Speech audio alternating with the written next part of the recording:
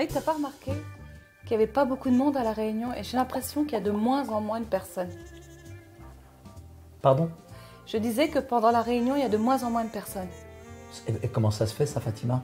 Moi, je pense qu'il faudrait que t'arrêtes de toujours diriger la réunion. Les gens, ils doivent en avoir marre. En fait, tu remets la faute sur moi, quoi. Bah, je pense.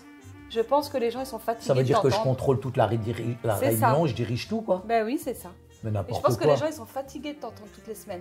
Mais pourtant, je prends pas autant de place que ça. De toute façon, eux, ils sont incapables de diriger, ils sont incapables de faire. Ouais, mais arrête. S'il y a moins de personnes, c'est pas de ma faute. Va chercher Arrête. le problème ailleurs. Arrête de croire que ça vient des autres. Tu sais, moi, je l'ai dit au pasteur. Bah oui, je lui ai Ça dit. fout là, tu l'as dit au pasteur, il y a le kafra, traître. Comment tu l'as dit au pasteur? Ben, je lui ai dit Tu m'as que... dénoncé. Je lui ai T'es dit vraiment que... une vendue, toi. Je lui ai Déjà, dit... t'as trahi ton pays pour une tranche de jambon, maintenant tu me dénonces au pasteur. Tu sais ce que je lui ai dit? Je lui ai dit qu'à chaque réunion, c'est toi qui dirigeais et que franchement, tu me laissais même pas parler, moi. J'ai même pas le droit de lire un verset biblique. C'est quoi, ça veut dire quoi? Je vais me retrouver tout seul. T'es un dictateur, Saïd, franchement. أنا قدافي أنا. Eh ben, c'est ça. أنا. Tu sais que الرقابة. normalement, Saïd, ce que tu devrais faire, c'est que tu devrais former les autres. Parce que... Formé? Toi, Mais t'es oui. déjà déformé, regarde Mais ta tête. oui, c'est ça. Mais tu mets encore la responsabilité sur moi, comme d'habitude. Mais écoute, Saïd, parce que ça va t'aider. Là, tu penses que tu vas tout contrôler et que ça va être bon, mais en fait, tu es en train de faire fuir les gens. Et si tu formes les autres, si tu formes tes disciples à prendre des responsabilités dans le groupe, tu verras que non seulement ça te fera moins de boulot, mais en plus de ça, eh ben, le groupe va se multiplier et va grandir parce qu'ils auront envie d'inviter leurs amis. Tu sais, Fatima, on apprend de différentes manières. Mais la manière que moi j'ai appris, c'est qu'eux s'installent, eux s'assoient, eux m'écoutent, parce que moi j'ai toute la connaissance, je suis capable de tout leur apporter. Surtout là, ils sont au début de leur conversion. Que si tu veux qu'ils sachent, ils arrivent, ils m'écoutent, ils reçoivent et je les fortifie, c'est tout. C'est vrai que tu es le leader, Saïd, mais tu sais, tu devrais déléguer parce que Dealer ou la leader? tu es le leader du Ah, groupe. ok, je préfère ça. Mais apprends à déléguer, enseigne les autres, forme-les, Saïd, prépare-les, prépare la nouvelle génération, Saïd, prépare-les à avoir eux-mêmes leur petit groupe, parce que sinon, on va stagner, on va être toujours le même groupe, chaque semaine, on va... Ok, je vais faire un effort. La prochaine fois, je vais l'idée dans le style d'un conférencier et je leur permettrai de venir avec des questions. Est-ce que ça te va? Bah oui, c'est important qu'ils te voient faire, et en te voyant faire, ça leur donne envie de faire à leur tour. Et tu sais, Saïd, ils peuvent être créatifs. Tu sais, des fois, les gens, ils nous étonnent, ils peuvent être beaucoup plus créatifs que nous.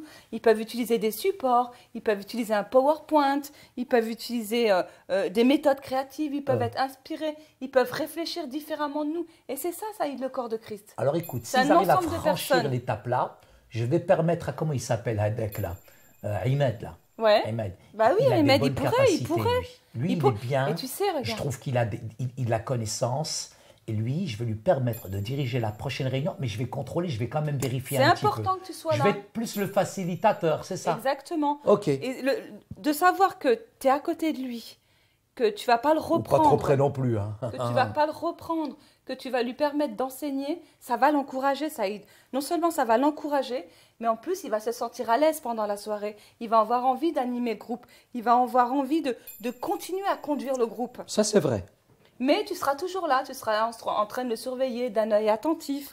En tout cas, si Ahmed montre de grandes qualités, qu'il est capable, lui, de l'idée, ça va donner aussi envie aux autres. Et ce qui se passe, Ben, c'est que ça va multiplier le groupe C'est de ça, leadership. ça va- Ça, c'est intéressant. Et puis toi, ça va te reposer aussi. Oh que Saïd. oui. Parce que préparer les réunions Oh chaque que oui. semaine, c'est une grande responsabilité pour toi. Alors je sais qu'il faut beaucoup d'humilité. Tu sais, c'est pas facile de donner notre rôle de leader à quelqu'un. Et j'ai remarqué que souvent les leaders, ils ont du mal à déléguer parce qu'ils pensent qu'eux, ils ont toute la connaissance. Ça, c'est vrai. Et ils pensent que l'autre, il a beaucoup moins de Surtout connaissances. les Arabes. Ouf. Mais non, Saïd, il n'y a pas que les Arabes, tout le monde.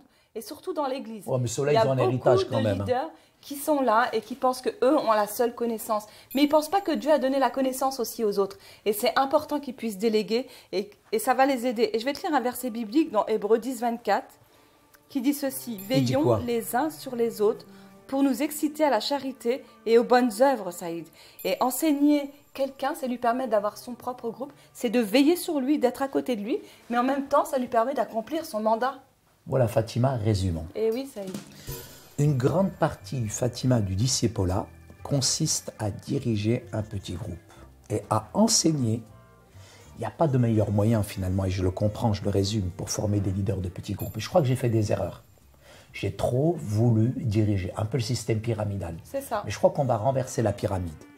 Il existe aussi plusieurs étapes pour donner un bon exemple de pédagogie d'enseignement. Comment démontrer, faciliter, puis déléguer les rôles aux autres personnes.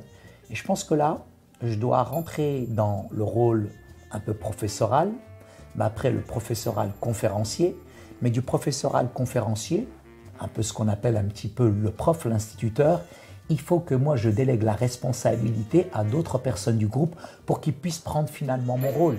Mais il faut quand même que je leur regarde, il faut quand même que je vérifie, il faut quand même que je les encourage. Oui. Et en même temps, Fatima, il faut beaucoup d'humilité pour enseigner aux autres à diriger un petit groupe. Mais cela est un grand bénéfice pour le royaume de Dieu, car de nombreux ouvriers sont ainsi préparés à enseigner la parole de Dieu à d'autres personnes. Et c'est comme ça que le rôle de leader, finalement, se multiplie.